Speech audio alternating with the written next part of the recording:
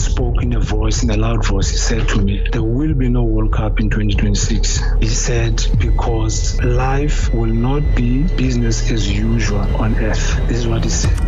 Welcome to God's Voice Daily. I'm your host, Vladimir Prokhnevskiy, and this is the channel where I share daily phone calls with people from around the world who've had real supernatural encounters with Jesus, angels, demons, and everything in between. Some of these calls go on to become full episodes on our main show called God's Voice Today, but here you will hear them raw and unfiltered, just the way they happened. So without any further ado, let's dive into today's featured call. Enjoy.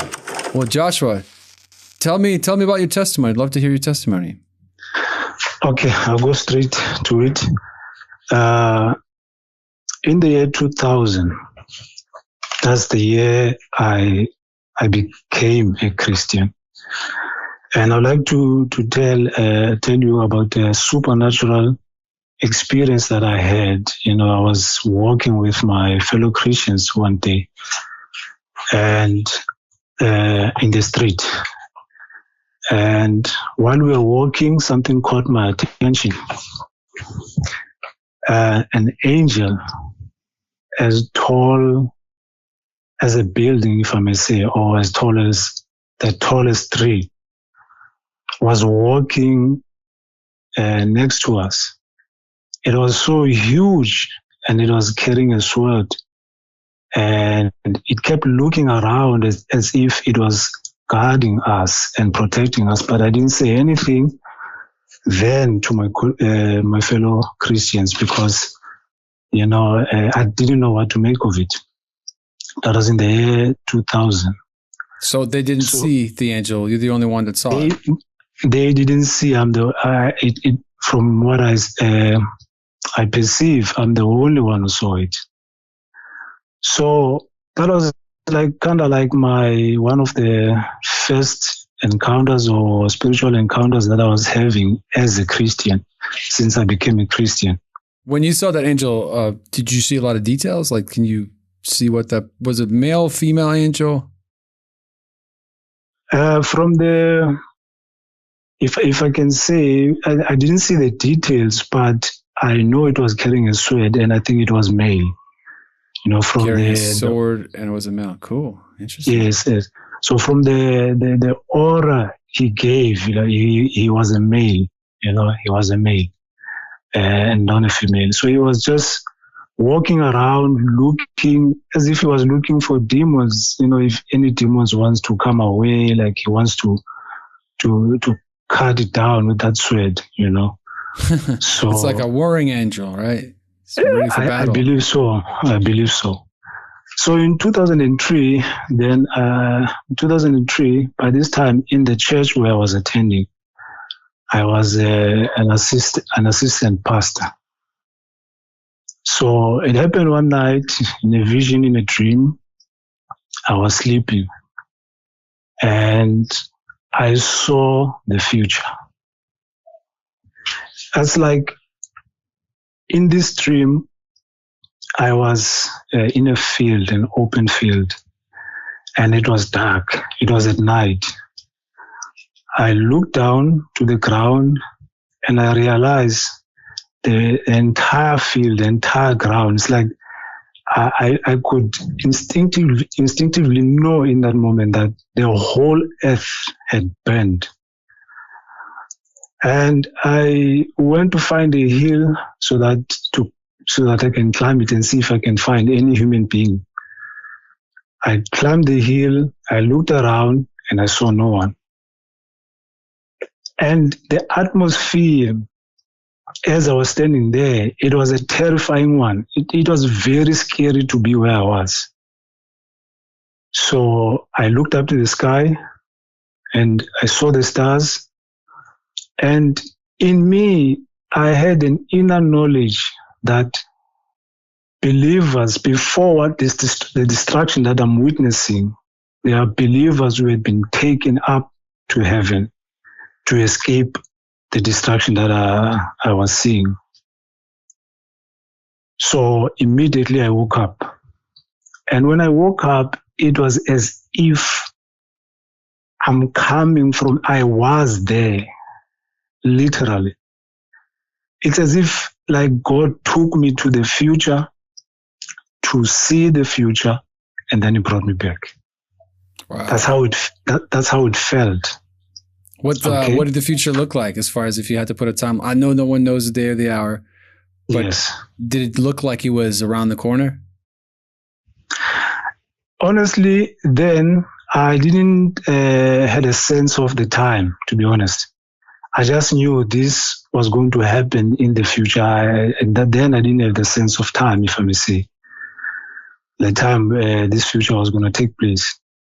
So in 2011, if I can be quick because of the 15 minutes. Oh, you're good. Keep going. Oh, okay. Thank you. In 2011, so I've jumped now from 2003, now we're in 2011. Again, in a vision, in a dream. I must say this before I mention this vision. I was an assistant pastor in 2003. And then in 2010, I decided to resign. And this is what I had in mind. God, I've served you. I've done my best. Now I want to focus on myself.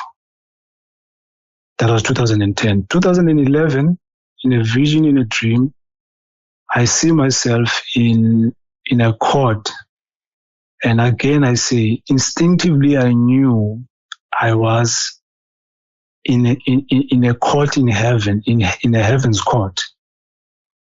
And we were standing outside the door of the courtroom. And there was this person, a male, who was in front of me. And the way he was shaking with fear, he couldn't hold his body. Like he was shaking and it was visible. You could see it. He was so afraid. It was as if he knew that if he goes inside the court, he was not going to make it. So he went inside the court, and I don't know what happened to him. And then it was my turn. By the way, the court proceedings, they just took seconds. They were so fast. So it was my turn. I just saw myself sitting down, and in the chair where usually the judge sits, there was God. But he was so huge, and he was translucent, like he was transparent, like you couldn't see his details. But instinctively, I knew this was God. But he was so huge, like in that seat. And on my left, there was Jesus, and he had a normal human body, if I may say. And on my right, and he was on my left, but if you look at it from God's view, he was on his right. Yeah. Yes. So on my right, there was the devil, Satan, and he had a file of my sins, and these files were huge. And he had a file of my sins there, and he was ready to accuse me before the judge. And I saw Jesus take a step forward towards God, towards the Father, or towards the judge. And right then I was acquitted of all the sins that were in the file that Satan was carrying in his hand. I was acquitted. And immediately I went up. Now, going up, I was going to heaven now. And anyone who doesn't make it in that court, like it is in court, I don't know how it is there in America, but in South Africa where we are, you see, if someone, if I can say, if someone is sentenced, or there's stairs that go down, I don't know if they are holding cells there, then they get transported to prison. So it was like in this heaven's court, if you don't make it, you go down those stairs, but to hell. And if you make it, you go up to heaven. So I was in heaven. And then in heaven, there were people. I saw school kids. I saw people who I knew by looking at them, and they were wearing if I may say, the clothes that represented, where maybe they died from. Like I saw school kids and I saw people who had died from jail because they were wearing jail clothes, but they were there in heaven, they had made it. So as I was looking at them, then Jesus appears in front of me. It's like I left him there at the court, but then I found him here. He appears in front of me. He was Middle Eastern, dark brown hair up to the shoulders, well trimmed beard, like neat white robe. But one thing that took my attention about him, I was amazed. I was just looking at him because it was my first time to see Jesus in a vision, in a dream. But one thing that caught my attention was his eyes.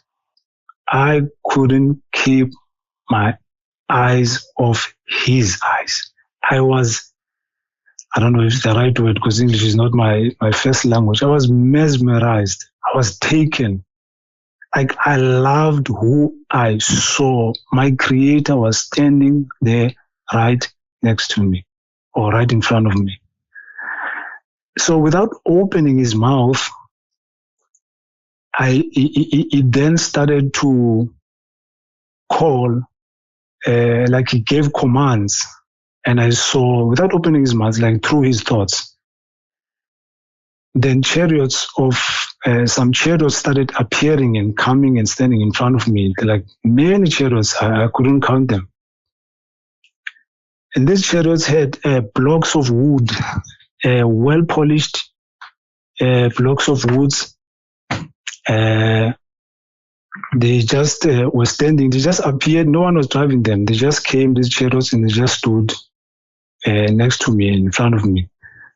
And he said to me, and so when I was looking at this block of woods, I noticed that they didn't have names, but there were these few that had some names, like the names of people on earth. He said to me, "You have saved few people." And then he looked to the ones that didn't have names, and he said to me, "You must fill all of this block of woods with souls." In my mind, I assumed God wants me to start a church. I woke up. When I woke up again, like the other vision, it was as if I'm coming from heaven. In fact, I believe I came from there. And when I woke up, I was just filled with His presence all around me, inside me. I was just filled with His presence. Because of time, in 2016, I started a church. So there was a house. I called people together to pray for them. I did this for about a month. But every time I went there to share the word of God and to pray with them, I never had peace. So finally, I just tell the congregants that I quit. Like I'm no longer going to go there. They no longer have to come and gather together for prayer. So I quit because I didn't feel good about it. So as I was leaving in the yard there outside, so this old woman comes to me, asks for a prayer, and I pray for her. As I laid my hand on her head, and I'm praying for her. As I prayed, it's something like I'm closing my eyes as I'm praying, and this electric shock. Hello? Yeah, can you hear me? I'm still there. Go ahead. Yes. So I feel something like an electric shock on my hand. Mm-hmm. And I opened my eyes because I was closing my eyes. And this old woman's eyes are closed. And I look next to her, there Jesus. Now I'm not sleeping, I'm not dreaming, I'm awake. In fact, I'm outside. There Jesus appears in front of me again, wearing a long king's robe. It had some light blue, some navy bluish colors. It went all the way down to his feet. He had broad shoulders. He looked so strong. He looked at me because I looked down to his feet and then I went back to look at his face. He looked at me and he smiled. He didn't say anything. But instinctively I knew he smiled as if saying to me, well done. In other words, I heard his heart stopping the church, not continuing with it, because that's not the plan that he had for me. And then another day, I would later on have another vision where I go to heaven and then I see him wearing the same robes that I saw him in when I was awake. I see him wearing the same king's robe. And then he tells me there, I'm cutting it short because of time. He tells me there that you are going to introduce me as the soon coming king to the world. In other words, he even said that I'm not supposed to open a church. I must just introduce him and tell the world that he's coming. That's 2016. 2017, in a vision, in a dream, I see myself, I'm in the throne room of God in heaven. Jesus is right in front of me, sitting on his a chair or throne, with his armrest on the throne, with his arm resting on the armrest, and he looks at me serious, and I could see around the chair or the throne where he was, there was some fog on the floor, like a mist, and there was a sound. And this sound was just like the sound of a war, like something was coming. And when I looked at his face, he was wearing a white robe. He looked so serious. He looked at me without smiling. He was so serious and without opening his mouth again. He says with his mind, and I could hear him so loud and clear. He says, I am coming soon. So remember, his arms are on the arms rest, both of his arms. He then stands up, but before he could fully stand up, as he's standing up, power from him comes from him and blows me backwards out of heaven through the sky in seconds. And I land on my bed and I wake up immediately. And I don't know why I said these words. I cried because I was just feeling his presence in that moment. I cried when I woke up. So my wife was sleeping next to me. And she asked me, what's wrong? And I just found myself saying these words to her. I saw a man in heaven. Until today, I don't know why I said those words, but that's what I said to her. Then here comes now the moment. I'm skipping a lot here. In 2018, now, this is like the main vision. So I used to think, Vlad, that I was going to grow up and become an old man as a Christian, maybe pass away in my 90s. But what happened in 2018, first thing in a vision, in a dream, God spoke in a loud voice. He said to me, no man, he said to me, there will be no man's World Cup in 2026. He said in a loud voice. I didn't see him, but I heard his voice. He said there will be no World Cup in 2026. He said because life will not be business as usual on earth. This is what he said. And then I woke up. 2026, coming up World Cup, right? Which is the United States. Yes. Which is supposed to be in the United States, yes. So me, I'm not a soccer fan, and I did not know when maybe the last or the next coming World Cup would be, because I don't follow soccer. I'm not a fan. But then I researched 2026, is there going to be a World Cup? I'm awake now, so I'm researching. And then I found out, yes, it's going to be a World Cup 2026 in the United States. Okay, fast forward, still 2018. One early morning, I wake up, switch the light on, and very early morning, then I'm reading my Bible. And while I'm reading my Bible, Jesus appears, not in a dream, I'm awake. Jesus appears in front of me. So I'm looking at him face to face. He's wearing a white robe. And then this is what he says, Vlad. And by the way, mind you, I didn't know much about what he was telling me. The topic that he was going to talk about. He said to me, from the time Israel became a nation, this is Jesus talking. From the time Israel became a nation in 1948, there will be 77 years to the Exodus.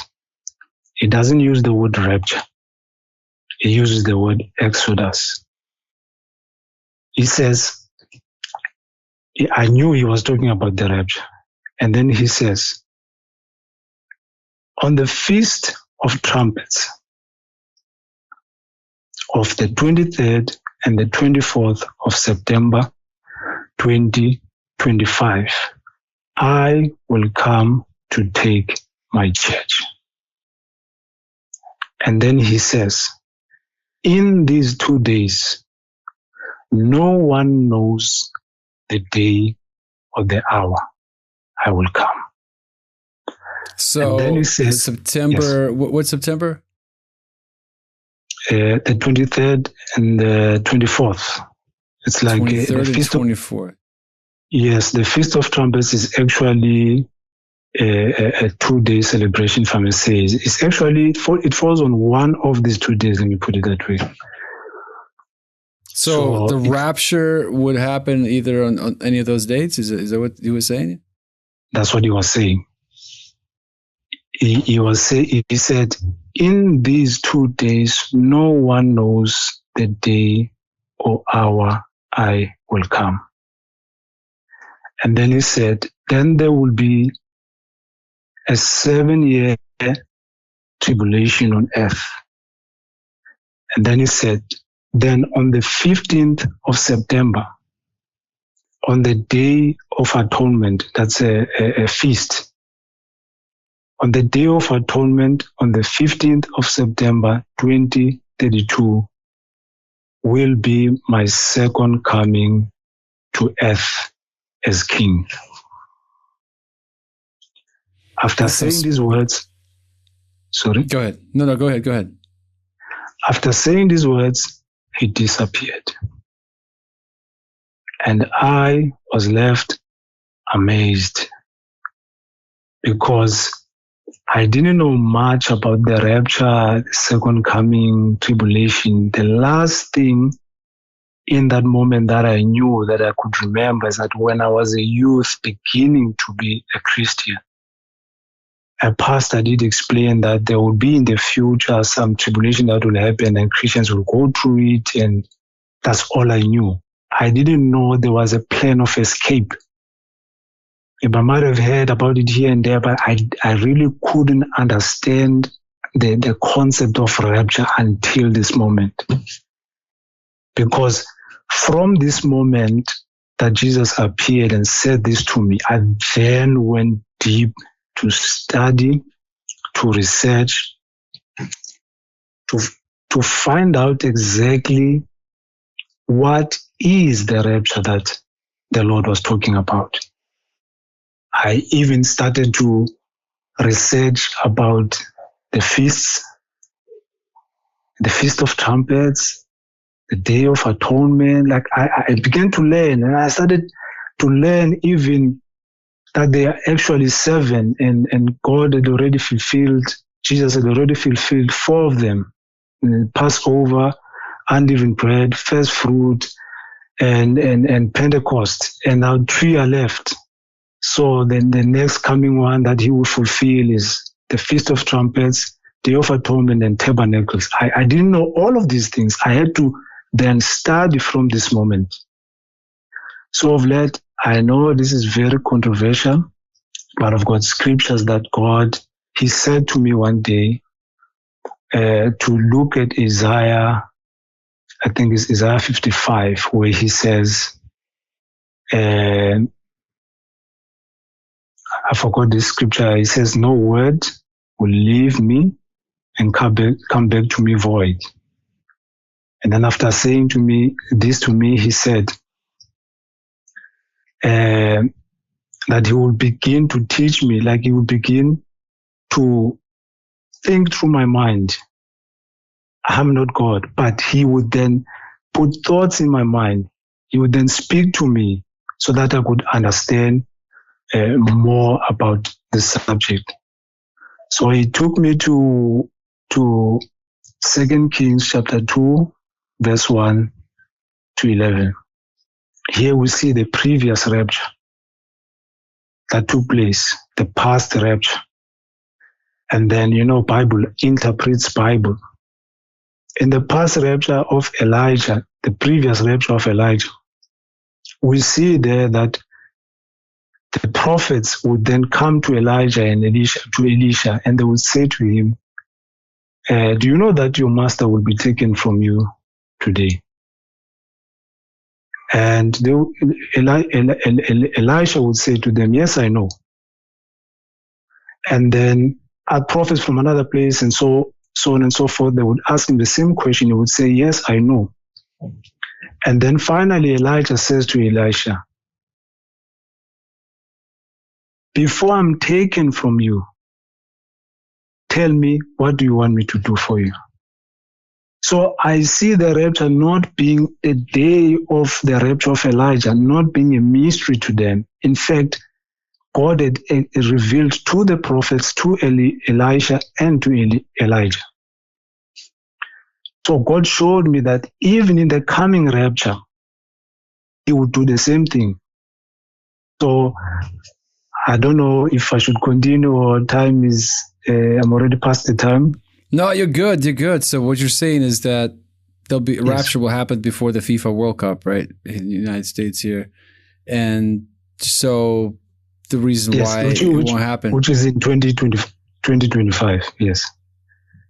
So rapture is September 2025, FIFA World Cup, yes. I think it's like June or something, 2026. Yes. So interesting. I mean, there's some bold statements for sure. Yes, I know how controversial this topic is. Yes, I know. People will definitely will have some things to say in the comments, but interesting. Okay, go on. I just interrupted you. I'm sorry. Keep going. Okay. I'll tell you what he meant when the reason why he told me about the World Cup. So what God was saying to me, because after the rapture, life would seem, because if you look at 1 Thessalonians chapter 5, from verse 1 to 4, I think from verse 5, from verse 5. So people will shout peace and security, and while they are shouting that in the world, destruction will take over the world. So after the rapture, when the Antichrist steps in, he would then, with charisma, convince people that there will be peace, that things will be okay. So I don't know for how long that will last, but what God was saying to me that by 2026, June, the world will be a mess. It will be destroyed. In other words, there will be so much chaos and destruction that they will not be able to hold the World Cup. So If I may go to this scripture, Matthew 24:36, people will say, no one knows the day or the hour. I mean, I've looked it up. I know what the Lord told me, but I've looked it up, even a simple Google, where it explains, some explanations. They say that no one knows the day or the hour is actually a Hebrew idiom. It's a Hebrew idiom. In other words, it's a Hebrew idiom for the Feast of Trumpets. So what Jesus was saying there is that he would come, he would come to fetch his bride or the church in the Feast of Trumpets. And if you go to 1 Corinthians chapter 15, verse 51 and verse 52, Paul actually is agreeing with Jesus, because Paul talks about the last trump. Now, many people, when they see the last trump, they run to Revelations and they say, this is the last trump, the seventh trumpet, the angels will sound in the tribulation. And this is not true. The last trump is actually, in the Feast of Trumpets, they will then blow the trumpet 100 times, 99 times, and there was this one last one, and it is called, the last blow is called the last trump. So what Paul is saying is actually in agreement to what Jesus is saying, because Jesus is saying, no one knows the day or the hour. But the interpretation there is that is the Feast of Trumpets, because that is the feast when no one knows the day or the hour. That's why it is celebrated on 2 days. It's actually 1 day, but there is 2 days, because they never knew, like those who used to observe the new moon to see on which day it would fall. They put 2 days so that they could first confirm that the new moon is going to fall on the first one, or the first day, or the second day. Then they would celebrate the Feast of Trumpets. So it's actually a feast called No One Knows the Day or the Hour, but everybody just takes it literally the way it is and just say, no one knows the day or the hour. If you look at 1 Thessalonians chapter 5, verse 1 to 4, Paul says to the Thessalonians, it is not necessary for you to know about the times and the dates of the day of the Lord. And I can say, when he says it's not necessary, he is talking to that church, because the day of the Lord would actually occur 2,000 years later, or almost 2,000 years later. So it was an event that was hidden to them, but that would be revealed to the end church. Because you see there, I think it's verse 4, Paul says, that day will not be a surprise. It will not surprise believers like a thief. It will surprise those who are in darkness, but those who are in the light, it do not surprise them. If you look at Hebrews chapter 10, verse 25, there the book of Hebrews say, gather together, do not neglect gathering together, all the more as you see the day approaching. And I put it to you, it is not a random day. It's a day that people would literally see that day is approaching. Because there it's talking about the coming of the Lord. And you look at Joel 2, let me go to Acts chapter 1, verse 6 and 7. Jesus tells the disciples, they're asking, are you going to be at this time, King of Israel? And he says to them, it is not for you to know the times that the Father has set. And then the following verse after that, he says to them, you go throughout from Israel throughout the world of the gospel. So in other words, even them, because the event would occur 2,000 years later. So that event, about the times, the revelation will be given, because if you even look at the book of Daniel, Daniel is told, after being given end-time revelation, he's told, to seal the revelation. In other words, he's been told this will be sealed until the time of the end. So there would be a revelation that would come to the end time church in the time of the end. So the 12 disciples, Jesus is saying to them, your role is to be my witnesses in the world of the gospel. But in the times when I will come and be king in Israel wouldn't be your concern. And can I make an example, if I may? I don't know if this is going to be allowed. In 2019, I was watching TV and I saw a man from America, and I don't agree with all his teachings, but there's one thing. His name was Tom Horn. I think he spoke about the wormwood prophecy, and he said that 2029, this asteroid has been located.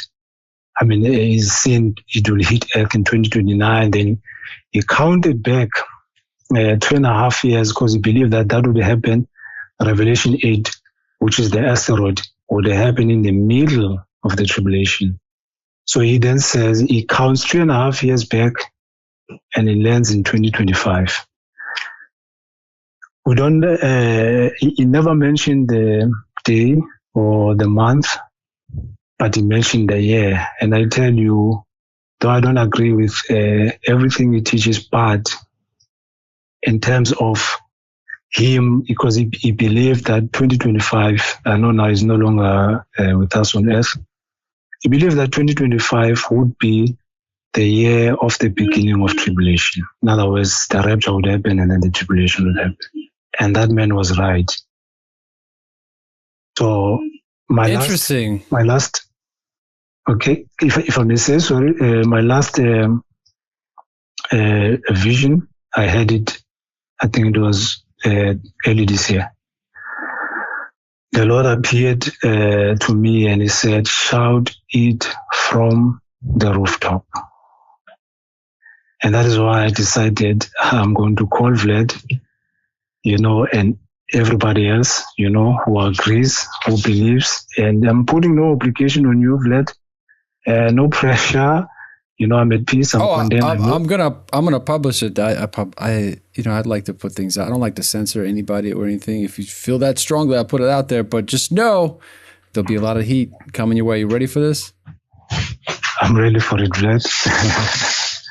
Yeah, I'll definitely put it out. I know the time is near, but people are sensitive when it comes down to the day of the hour. But yes, hey, very compelling.